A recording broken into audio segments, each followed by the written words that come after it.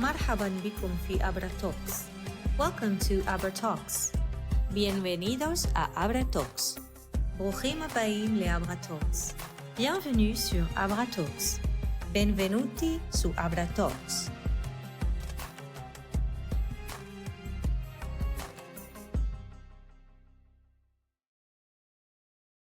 Welcome everyone to Abratalks. Today we are incredibly honored to host a truly remarkable guest, Einat Levi, a strategic consultant and partnership in the MENA region.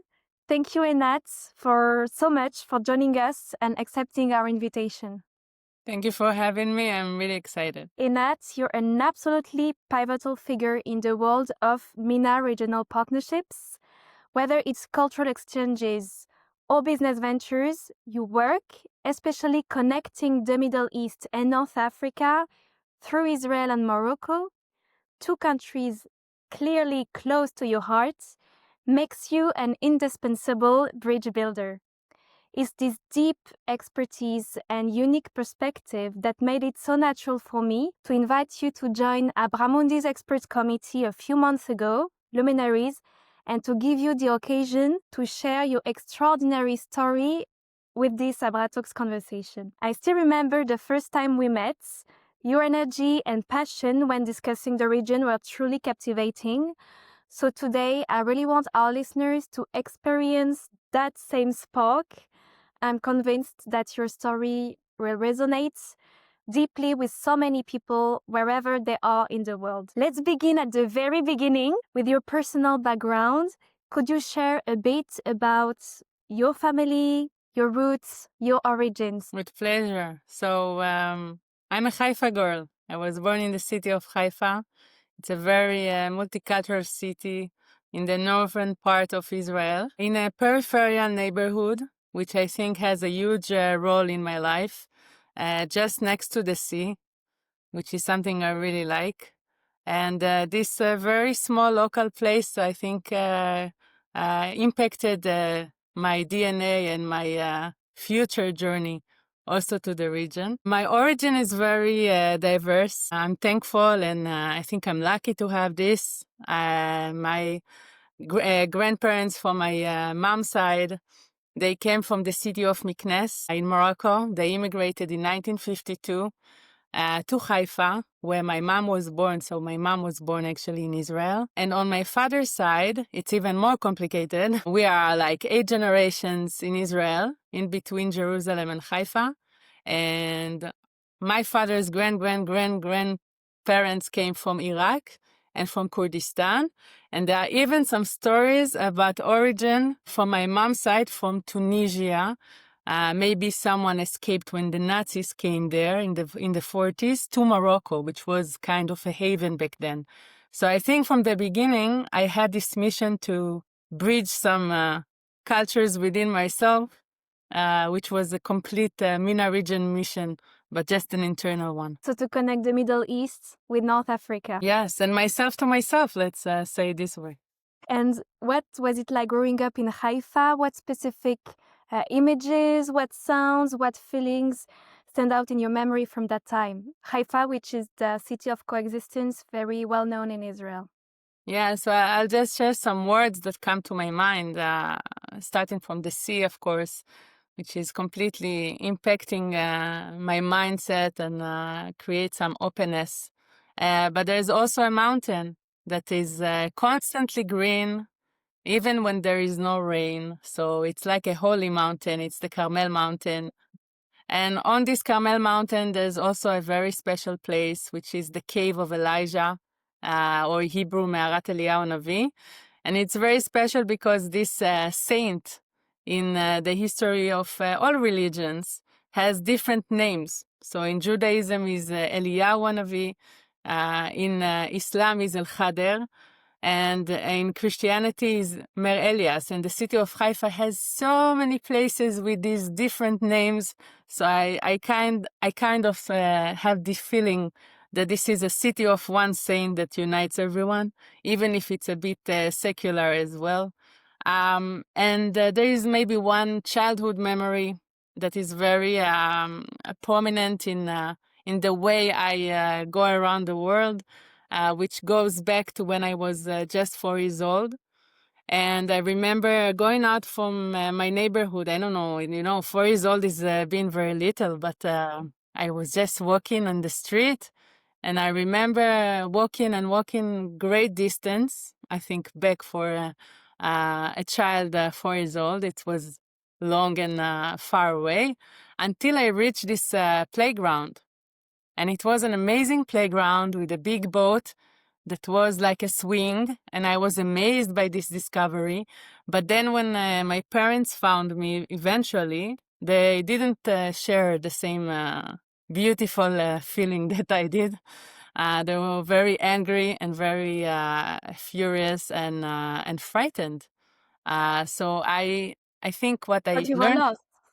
Yes, I was lost for them, but I didn't feel like I was lost.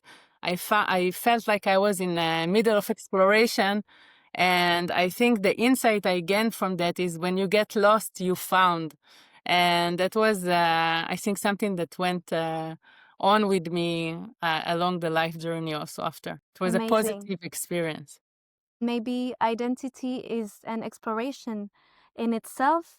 Even as a young girl or a teenager, did you already sense or understand what identity and its complexities mean? Yeah, so I think also thanks to the fact that I grew up in a city like Haifa with all those identities, we have many religions. We have Judaism and Islam and Christianity, but also Druze and Ahmadi and Baha'i. All of these religions are part of this mosaic in Haifa. And we have also this very special structure in the city where it's not divided, half is like this and the other half is like this, and then there is no connection, but it's like a chessboard.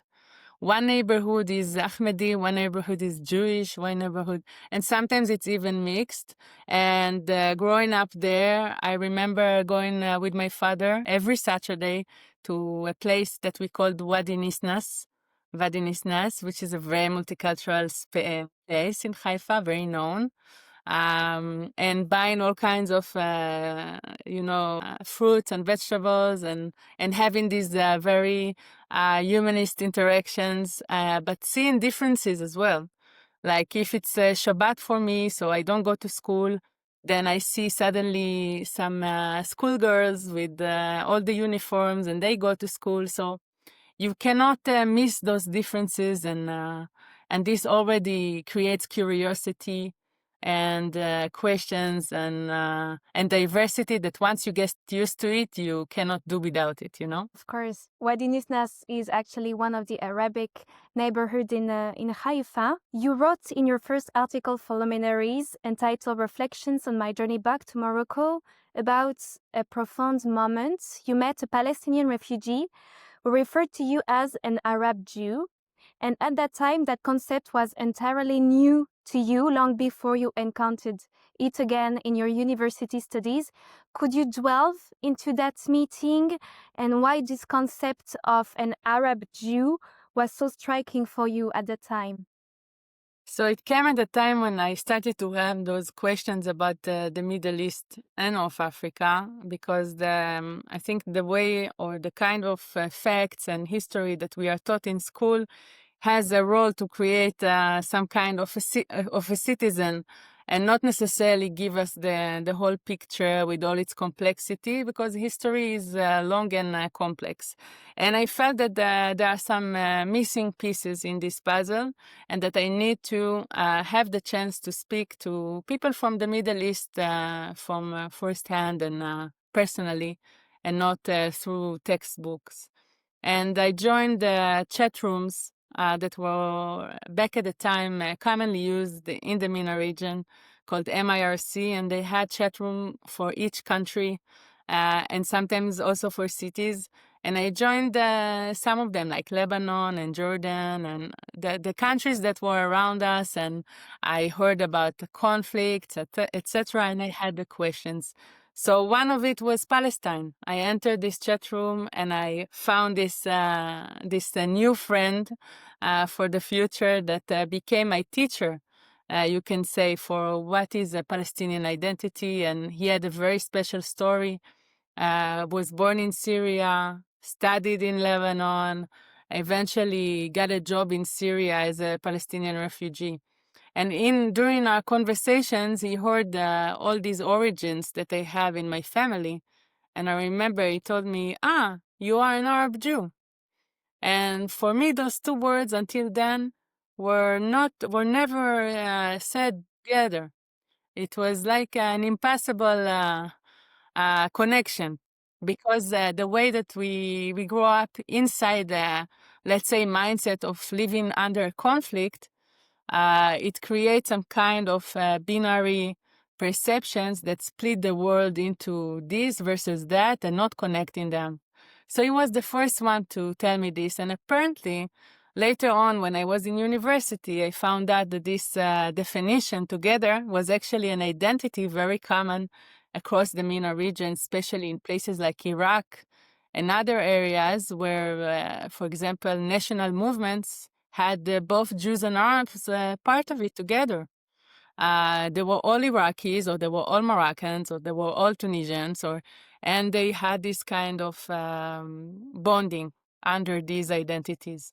But I think we are now in a different place in the ability to have this complexity, because Arab Jew is now much more common concept, also in Israel and in other places. And let's also say that it's not just Jewish Arab or Arab Jew, because there are so many others identities that get in the picture. For example, I come from Morocco, so it's also Amazigh. And I haven't mentioned it, but I also, before Miknas, my family came from a place called Ait Yitzchak, which is, of course, also Amazigh. So identity becomes even more complex, and I haven't talked about the Kurdish part. So I think it's just getting which is more complicated. non-Arab, actually. Yeah, we have a diverse region.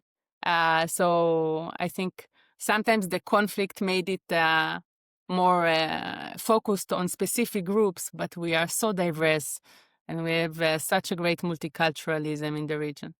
As a third-generation descendant of Moroccan Jews in Israel, you describe your unique relationship with Morocco not through the lens of exile or loss, but rather as an absence. Can you articulate the crucial difference between these two perspectives? So when I was a student, I happened to read one book written by the historian Dominique Lecapré. He actually wrote about the Holocaust. The name of the book was Writing History, Writing Trauma. And in this book, he made a distinction between the kind of experiences that immigrants may have after such a life or experience, or going out of a country to a new realm. And he made a distinction between these two. One is loss, and loss is talking more about losing something that we previously had. It can be something physical, like a house, or something like community, or family that spread around the world following the immigration, and we lost this concept or this sense of something. And that fits more to the first generation of immigration. But then second generation, that, for example, I myself, I'm the third generation, born already in Israel. So I didn't lose something specific, but I have more of a sense of absence, because absence speaks about something more abstract. We feel something is missing. It goes into the intergenerational experience, but we don't always know to mention what exactly is missing. And I think it's not easy feeling, because sometimes when you know what's missing, you can go and, find an alternative or give an answer to that. But it takes a long time to recognize something which is absence. So I think my journey to the MENA region in general, and to Morocco also, started with this specific sense. Morocco that you visited for the first time in 2013. What emotions, what revelations did you experience? And was it truly a renewed sense of presence instead of this absence you've just explained? Yeah, well, my answer will be very complex again. I would say yes and no. First of all, it was very moving personally because I went to see the streets where my family, grandparents were having their life. In the city of Meknes, I found a house that apparently was one of the houses of the family. I knocked on the door. The woman living there opened it and let me in. It was such a welcoming experience in a Muslim country, and me coming as an Israeli Jew with all kinds of perception and maybe emotions that were not the reflecting this great welcoming that I received. I think it opened my heart to this country, and it took me a while to understand that it will not take only one visit to Morocco to complete the picture and the story. And it took me even longer to understand that I will never have the complete picture of and the story, and that the main thing I need to focus is just to find enough pieces of this past so I can understand where I'm coming from, and I can create for myself a story for the future that it has this continuation and not does not have this void in the middle, not knowing what happened before, where I'm coming from. And this was a very, very, very strong notion and experience. And the second part of it was that the ones who actually helped me understand what was missing and to feel this sense of absence were not just Jews or Israelis, were also Muslims from Morocco, because I want to really be thankful to Morocco for preserving the heritage, not just of my family, but of an entire community, the Moroccan Jews of Morocco, because this is not the situation in every country in the region. They preserve the synagogues, they preserve the stories. The memory is alive in the people in the street, people you just meet randomly. They know something to share with you about Jewish life in this area. In every neighborhood has this mukadem, and the mukadem knows everyone. And like there is something very traditional in this country that is very respectful for the past. And without this, I think I wouldn't be able to reconnect the way that I did with Morocco. And it goes to the specific friends who waited for me outside the cemetery, the Jewish cemetery in Meknes, when I was exploring inside, and then helped me find the information after if I had questions. And it went on all these years in an endless exploration, you can say. The active part of it, so it's a Jewish-Muslim solidarity around memory, which is also the story of Morocco. It's not just my personal story or the story of Moroccan Jews who left. This is a much bigger story of civilization, not less than that. Definitely. I remember it was very striking for me when I visited Fes a few years ago. The ancient synagogue in the MENA was opened and closed every day for tourists by a Muslim woman. And I thought, wow, it's amazing. This kind of thing we don't see it in any other Arab countries. Which synagogue was it? I don't remember the name of the synagogue. I remember that you could like go up on the roof, but it was like maybe the blue one or something like this. I don't remember. Maybe so. In the MENA, the that's very amazing. old one. Because even the Dan was the ground was actually bought by my family when they left Ait Yisrael and came to Meknes. Wow. They bought the land of Ibn Danan synagogue in Fez, and they gave it as a present to the Danan family for the marriage. Wonderful story. I want to go back to this this relationship, this feeling that you've experienced with Morocco. You've even conceptualized it into what you call the theory of longing, which I find amazing because it's both very poetic and philosophical at the same time. Can you elaborate on that, the theory of longing? Yeah, I think longing is a very familiar emotion for most of us, and also for me. I think it's an energy of life. It's not just an emotion. But I also think we don't really understand how powerful it is and how it impacts a lot of fields in our life, and not just personal life, but even connections between communities and nations and people in general. And it can, move us from one place to another. Like this is something happened to me personally. So I'm afraid of longing, you can say, in a way. But I appreciate it, and I learn to work with it as well, because the longing, it's not like emotion like sorrow or happiness. I think sorrow or happiness, these are emotions that are very concentrated in let's say, a dot. It's not a line. But longing is a gap between something you have and something you want, or you are missing, or and this is something that create movement and foster action if you know how to work with it.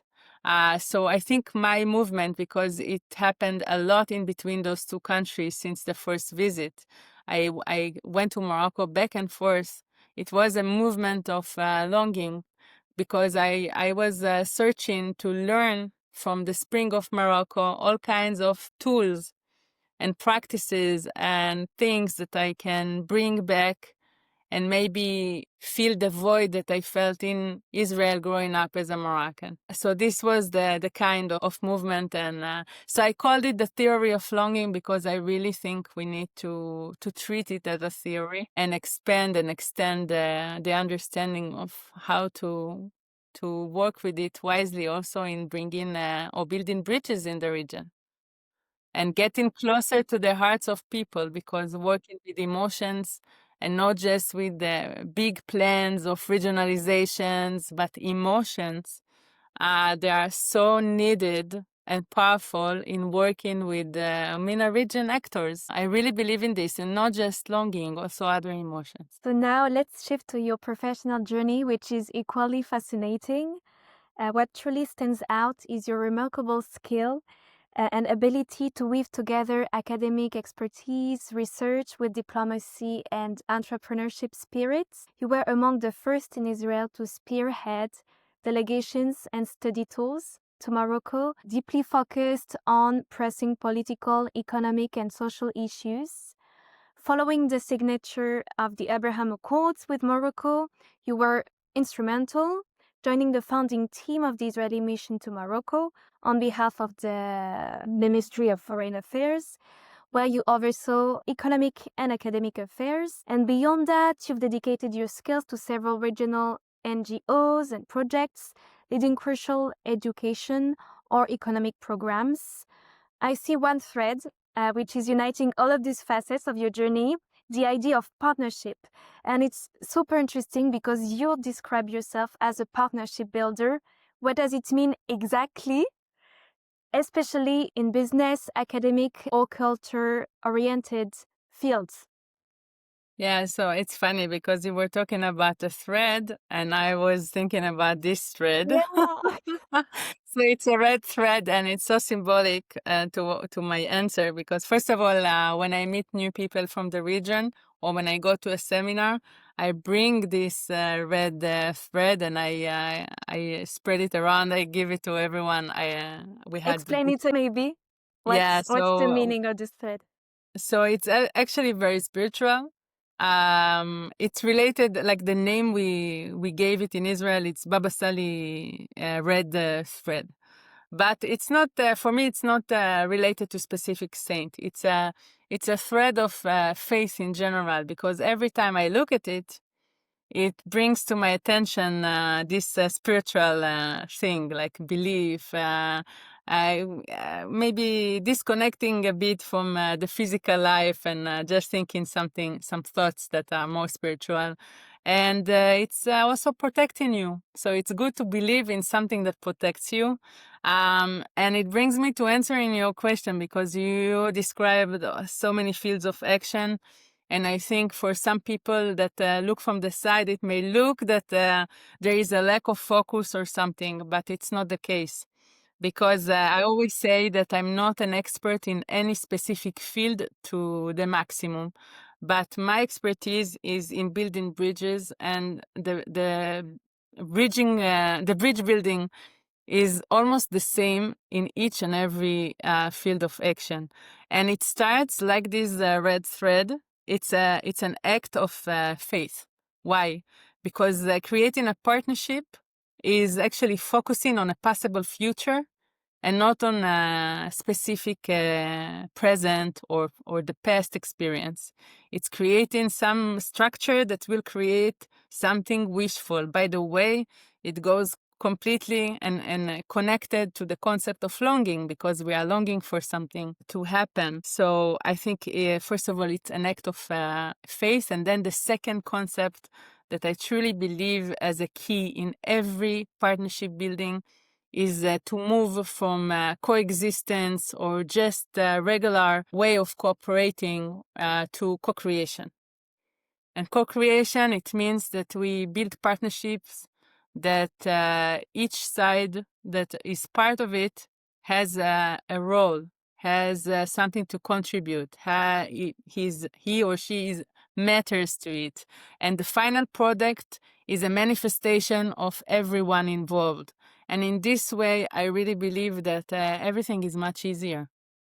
But this is an art, how to build this, and it has many bricks. It has a lot of, it needs a lot of sensitivity and interface literacy and understanding the region, and a lot of bricks and skills and competencies. But I think I really enjoy this kind of action, and I'm always learning. It's a never-ending learning process. Can you share maybe a specific project you are working on at the moment? Yeah, I think I can share two, if you want. One is with a very special organization called We Are MENA. It's a network organization for youth organizations across the MENA region, and it enhances the collaboration between them. They're doing an amazing job, specifically in the field of education, but not only. And it's the art of creating spaces that each of those organizations that are members, they feel that they belong.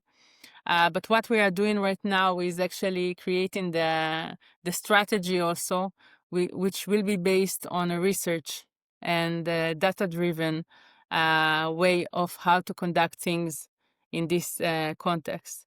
So I think it's like a collective intelligence, talking to all those organizations, bringing this knowledge, which each side of this network has something to do with it and something to contribute.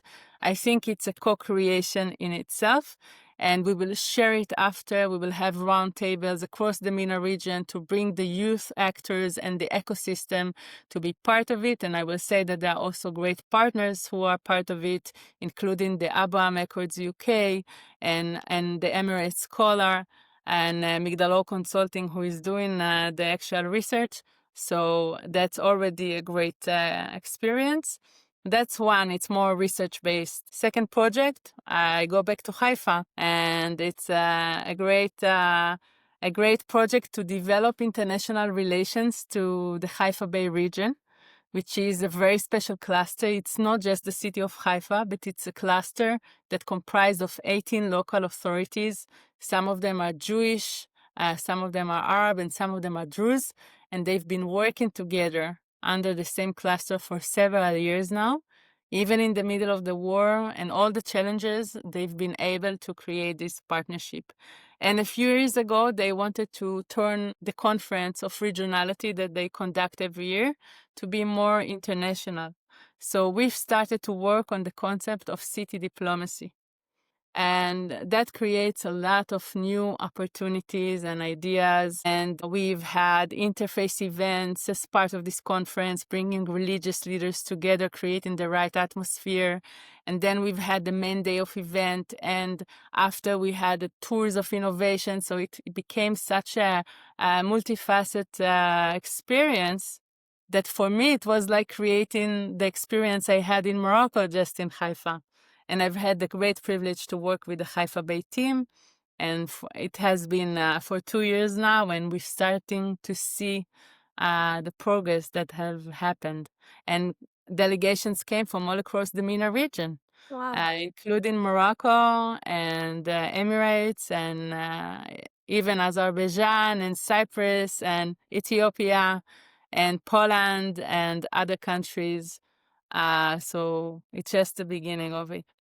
Amazing. And this is the perfect transition for my next question. So thank you. What I find so captivating about you, Einat, is your deep connection to culture and history, especially through the lens of cities. I feel as though your story can be told through the places, through the cities you've lived, each being a vital piece in understanding the multicultural mosaic of the MENA region. So Haifa, Jerusalem, Rabat, and then there's Essaouira, with which you share an especially deep bond. Why Essaouira? And second, what is it about these specific cities that allows us to experience something unique, something we might not experience somewhere else? Yeah, wow, it's big questions. So Essaouira, because I think it took me a while. I first visited in 2015 because I went there to a festival called the Andalusian Atlantic Festival, which brings together Jewish and Muslim singers and musicians to play and perform on the same stage. And I really enjoyed it. It was like experiencing Andalusia all over again. And instead of reading about it in an article, I was experiencing the full experience. It was, I think, like it was in Andalusia in a way, just in an Atlantic context. It creates a kind of belief that it's actually possible to recreate it because it was an immersive experience, emotional, with many people and guests coming from all around. And it took me a while to understand that I like this because it speaks also, of course, my core identity from Haifa. And back at the time, I didn't live in Haifa in Israel. I lived in a different city. It was another city close to Tel Aviv. And what it made me do, we talked about longing. I moved 100 kilometers away from my work so I can live again in Haifa because of Essaouira. So that's first of all why Essaouira, and also because it's a multicultural city, very calm, like Haifa. So I think a city asks you some kind of a question or make you answer a question of yours. And this is Essaouira for me. And regarding cities in general, I think when you describe this journey between cities, I also heard traveling. So it's not just the concept of cities, it's traveling. And both concepts are deeply connected to one of my inspirations. It's Ibn Khaldun, who talked about traveling, and he was a big traveler, as a way to learn. It was a way of education, and he believed in this. And seeing new city is a way to really grow your understanding of the world. And the second concept he focused on were cities and civilizations. And cities are the place where everything is happening. If we really think about it, it's not just the national level. Everything is happening in cities or local areas. Let's put it this way: it's not just cities. But from cultural events and the communities and mechanisms of the city, the way it works, and there is less fake news under the cities. It's more closer to inhabitants, and the relationship is relationship of solidarity. And I think we are missing this in the way we live today, because this concept in which a citizen pays taxes and then he needs to get something in return, and if not, we go protest. It's missing the whole level of community and solidarity and the fact that we need to take care of each other. And cities, for me, are the answer to that. And I will finish with just this insight coming out of 3 disasters: the COVID that we experienced, the earthquake I experienced in Morocco, and also the war in Israel and Palestine. In all of these disasters, I've seen cities and local authorities play a really vital role in keeping resilience and giving answer to citizens. And I think they can also play a really important role in peace building and regionalization. Why? Because all these agreements that we have, peace agreements, whether it is the Israeli Jordanian peace process or the Israeli Egyptian peace agreement or the Abraham Accords, we always say that we want to see those agreements transformed from agreements signed between leaders to people ties. And the way to do it, and the missing link, one of the missing links are the cities. Because when you integrate the cities into these processes, then cities is where the new ideas can be created.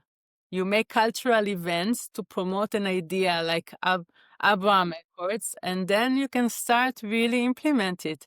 But no one is bringing those entities to be a vital part of those processes. And this is why I think this is going to be definitely my next focus, I think, for the next few years, because I'm opening an organization that will be called the Center for City Diplomacy and International Relations, which will help cities play a bigger role and enhance their relations also externally. And I have a great partner, so good Wow. things to come, inshallah. Congrats, inshallah. So after the theory of longing, the theory of cities by Einat Levi, I want to go back to the same beautiful article you wrote for luminaries. I really recommend our listeners to read it to understand better what you are sharing with us now. So in this article, you reveal that it was in Essaouira, this Moroccan city, that you felt the desire to be part of an active Jewish presence in the Muslim world, not just to dream of cultural solidarity, but to live it. And this speaks to your experience and maybe your will of being a minority within a majority. And today, you've evoked it earlier, Morocco stands as the only Arab country with indigenous Jewish citizens across the entire MENA region. It's a striking exception, given that almost all Jews from the Arab world eventually left their countries of origin for Israel or other countries, and this is precisely what happened to your own family. So the issue of religious and ethnic minorities in a Muslim majority region is incredibly relevant today, and it's directly linked to progress, social progress and innovation, not just in North Africa, but throughout the Middle East. Why? Because the most dynamic societies in the region are precisely those that protect and uplift their diverse ethnic and religious communities and not persecute or expel them. So do you believe that Morocco's pluralistic approach, recognizing Amazigh and Jewish Sephardic identities as integral to its national identity, has had an impact on the attractiveness of the country and maybe offers a replicable model which can be exported or embraced throughout the MENA region? Thank you for asking this question. I think it's a very, very important one. I will start by saying that Morocco recognizes a lot of components in its bigger story. Some of them are Amazigh, some of them are Hebraic, but also Carthaginians and Phoenicians and Sao Hassani and African. And it's a really diverse story, which Judaism is part of it.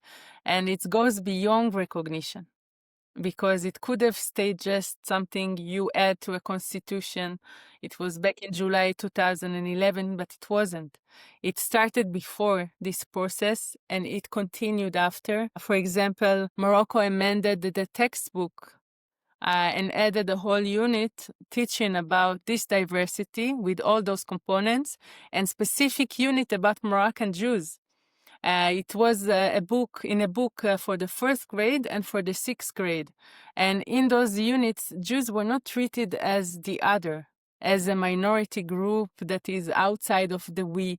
It was considered as part of the we. So first of all, there is a Moroccan identity, and only afterwards you are either Muslim or Jewish or Amazigh or whatever. So I think, first of all, it's diversity within unity. So that's the first lesson that Morocco teaches us, because what it was successful in doing, it's a big thing, a big achievement these days when we've seen this challenge all around the world with the challenge of immigration and how to create solidarity within societies. And beyond the books, Morocco added also a Hebrew room into the Court of Justice, because there is a huge field of Hebrew law, which is part of the Moroccan culture along the histories, how Jewish communities used to create their religious reality within Morocco. And we can talk also about movies and cinema and the way also those components are integrated in media, in newspapers. And so I think maybe the number of Jews, and we have to say it, is not growing in Morocco. It's actually reducing. But I think there is more and more recognition of the Jewish culture as part of this multicultural story. And that's also an interesting process that we've seen. The second thing that we can find in Morocco are those practices of how to do it. Like in the festivals, the way you create spaces in which we can do the co-creation or not just coexistence. I think this is something worth learning and spreading around the region. And also maybe to start with something very basic that I learned from Morocco is that it all starts with a very simple humanist approach, not with the big ideologies of ethics, but by small favors that you do when no one is looking, not because there is a law and you have to do it, just because it's between you and God. And that's maybe also the role of faith in all of this. It creates another power that sees everything you do, so you have to behave.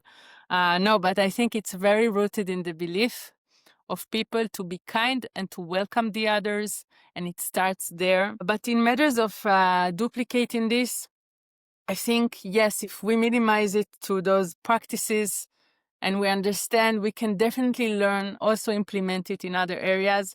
But at the same time, I will say that every area in the MENA region and the world is different. It has different characteristics. And for example, what works in Morocco may need to be different in the UAE. The UAE is, for example, I think it's also a very interesting case because they've been starting multiculturalism from almost scratch. They had multicultural before, but in matters of Jewish life, for example, it's creating it from scratch. So they need first to build the institutions. So people will come, the Jews will come, so they will create the spirit inside, and then there will be a new culture created. And in Morocco, it's the opposite because there is tradition, long-standing tradition, and it's actually more preserving. And it's the culture that promotes the economy. And in UAE, it's the economy that actually creates the multiculturalism. But these are not two parallel lines. This is a circle. Because then the economy creates more openness, creates more multiculturalism, and vice versa. So I think it's good that we have two models from, the Mashrek to the Maghreb, and I think they're complementary. If we bring those multicultural cities to work together from all across the region, I think we can really start to amplify their story together and multiculturally, and maybe start creating this new era in the region. As I mentioned, you're a member of our experts committee, Luminaries. I truly believe that you embody this concept perfectly, not just because you're a luminous individual, but because you bring immense insight and intelligence to our understanding of the MENA region.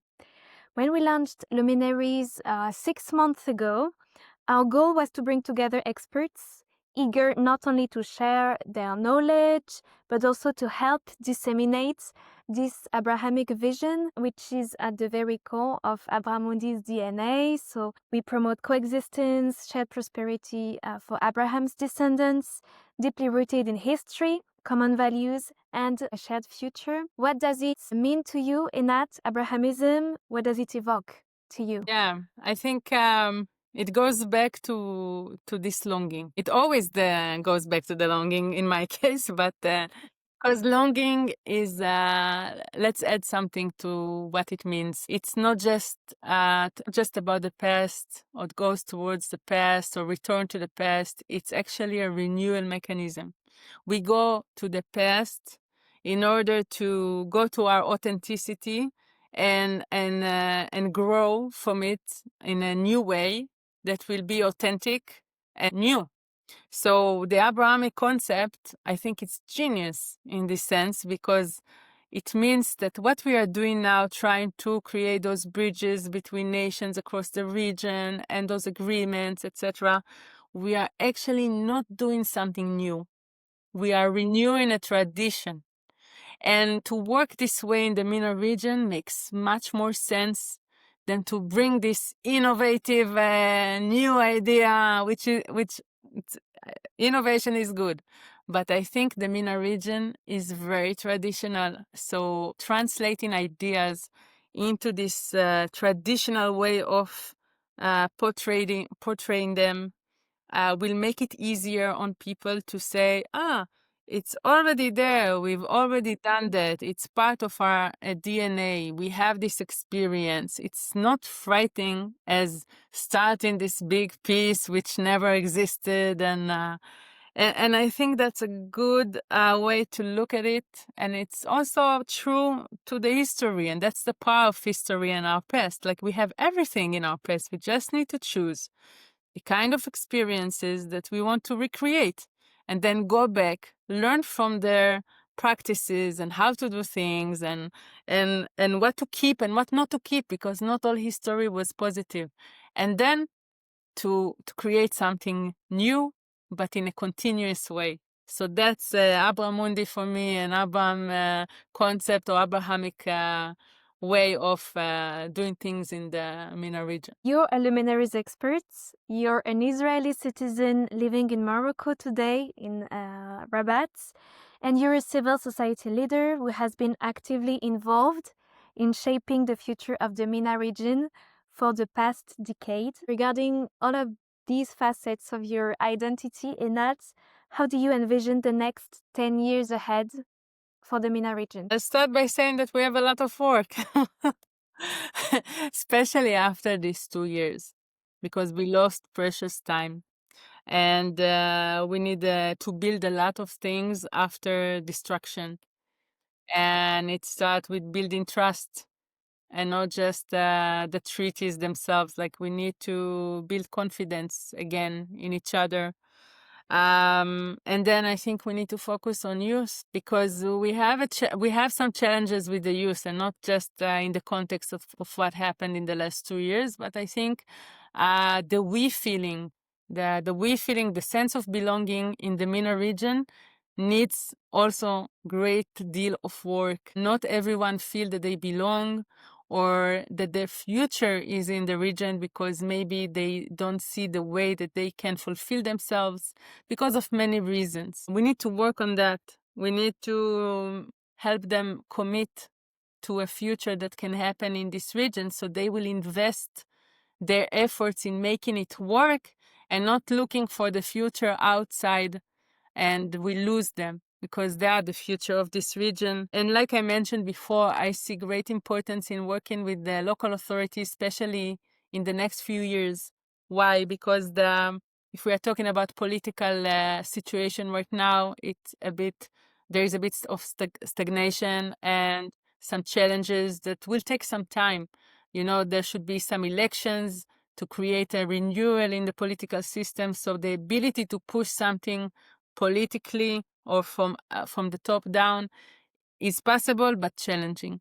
But at the same time, we shouldn't stop and wait only for this channel to fulfill itself. We need to work from the bottom up, and we have those, like we said, youth, but we also have the local authorities. And I will give just the example of Haifa. Haifa is a positive word and name also for Israelis and also for Palestinians. They don't fight how to say it. Haifa is Haifa. So when you say Haifa, it's already creating the right context to do something.